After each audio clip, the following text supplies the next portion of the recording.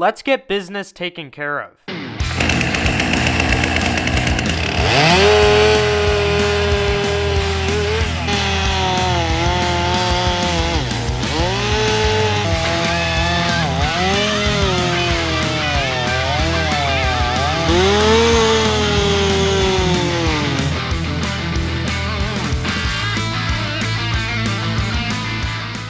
With the assistance of some very experienced saw operators, we were finally able to get this huge tree out of the way. If you'd watched episode 3, then you'll be familiar with the long struggle we had to cut this thing. But the tree's finally gone and the line is back riding again. Alright, so it may seem like this is just taking forever, and it kind of is. This is one of the biggest features that we've ever built. Today, we gotta finish up the run-in right over there, we gotta shape up the lip and the landing, and the goal is to ride it if we don't have any more problems that I encounter. Unlike my other jumps, we're making this jump big the first time.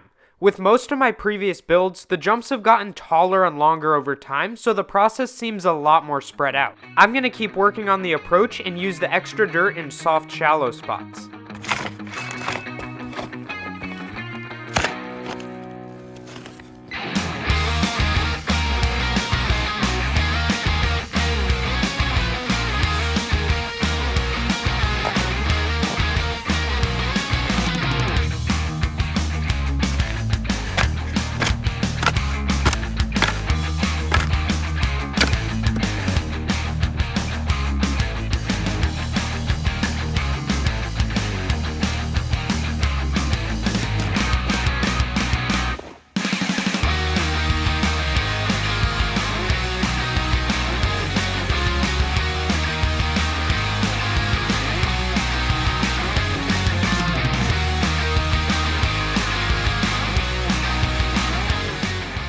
As I dug a little deeper, the dirt got rockier, and while this is bad for the takeoff, I'm being careful about where to use the dirt.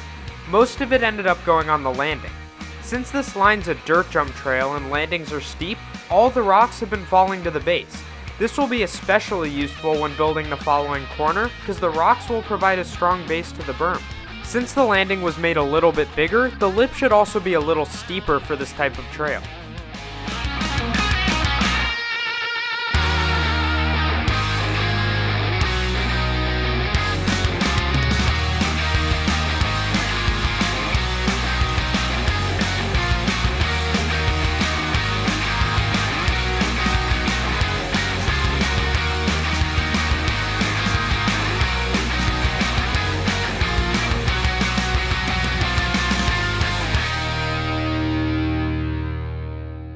This takeoff looks a little more appropriate for this jump. Instead of adding dirt to the top, I liked the position of the lip and decided to simply shave down.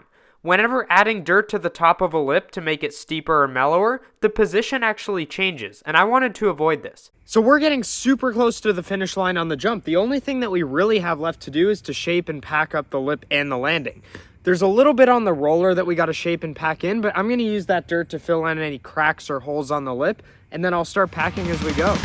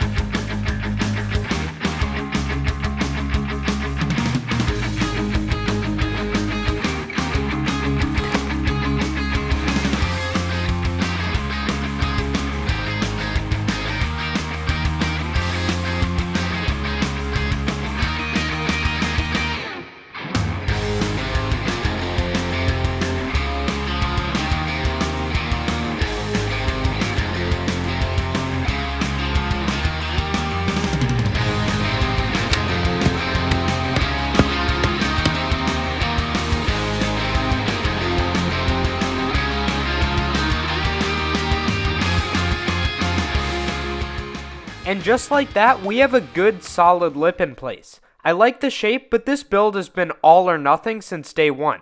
I didn't want the lip to be pretty good, I wanted it to be perfect. This is the perfect opportunity to use my homemade sifter. Using 1/4-inch mesh and some wood for framing, I made a sifter that will give us hero dirt when put through.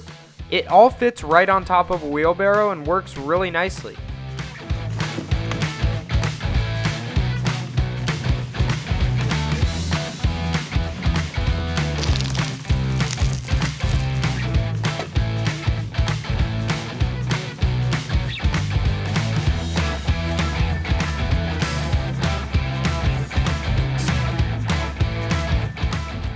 Now it's time to get this epic mix of sand and clay onto the lip to make it look prime.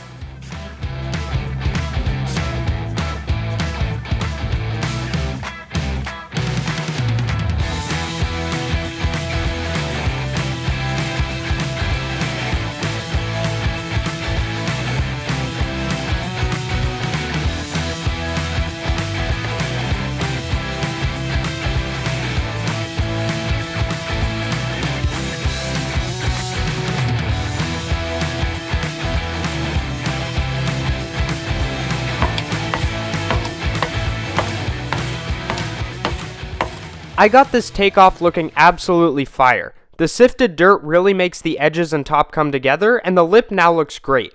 The next morning, I wanted to pack the lip a little more, then get straight to work slapping the landing. In terms of surface area, this landing is by far the biggest I've built, so slapping it in will for sure be an arm workout.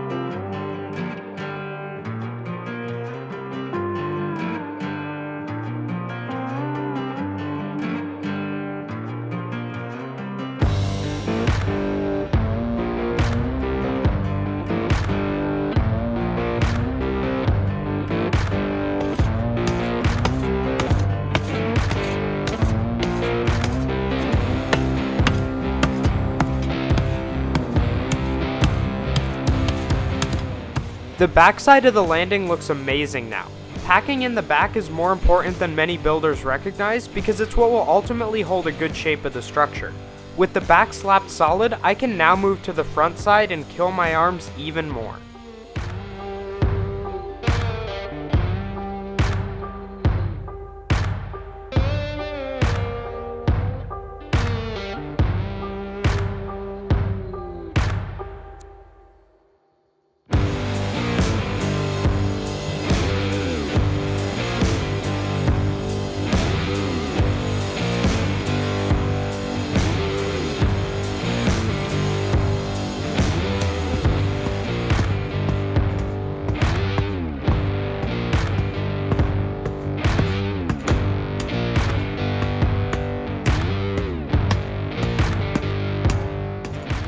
When giving the landing its initial pack, I tried a new technique. Since I couldn't reach a big portion of the landing from any angle just due to the sheer size, I did the best I could to stretch and then raked the middle part flat.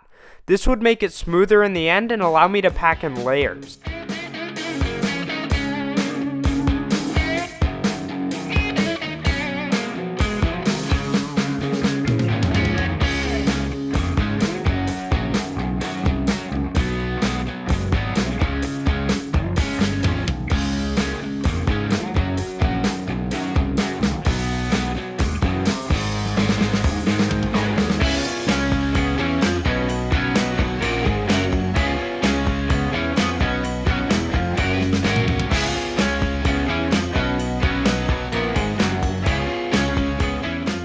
And just like that, we've got ourselves a smooth, hard-packed landing.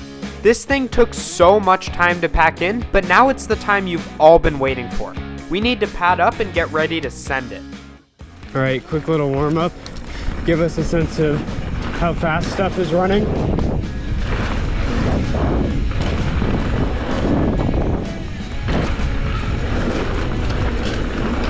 Feels pretty good.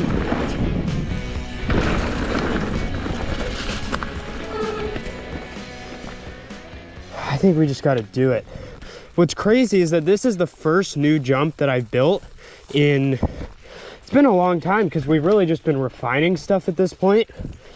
It's definitely been a few months and I have no confidence. So might take me a minute, might take me a few run-ins, but I want to make sure that I'm safe and definitely not sorry because that thing's scary.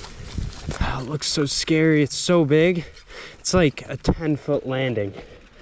You probably can't see it on camera, but oh, that's so big. I was legitimately nervous here. Riding a jump for the first time that many other people have tested is something completely different. With this jump, I don't even know if it's going to work yet.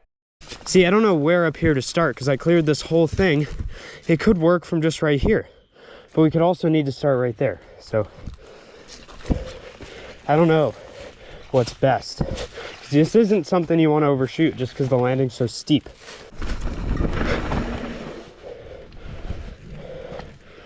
I think if you do that, you probably need a little more speed.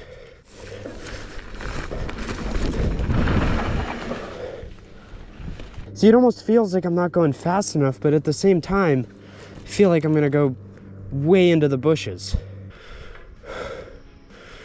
Just straight and then up.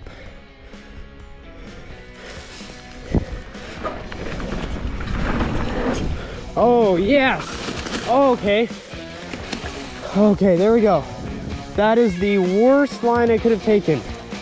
And I didn't crash.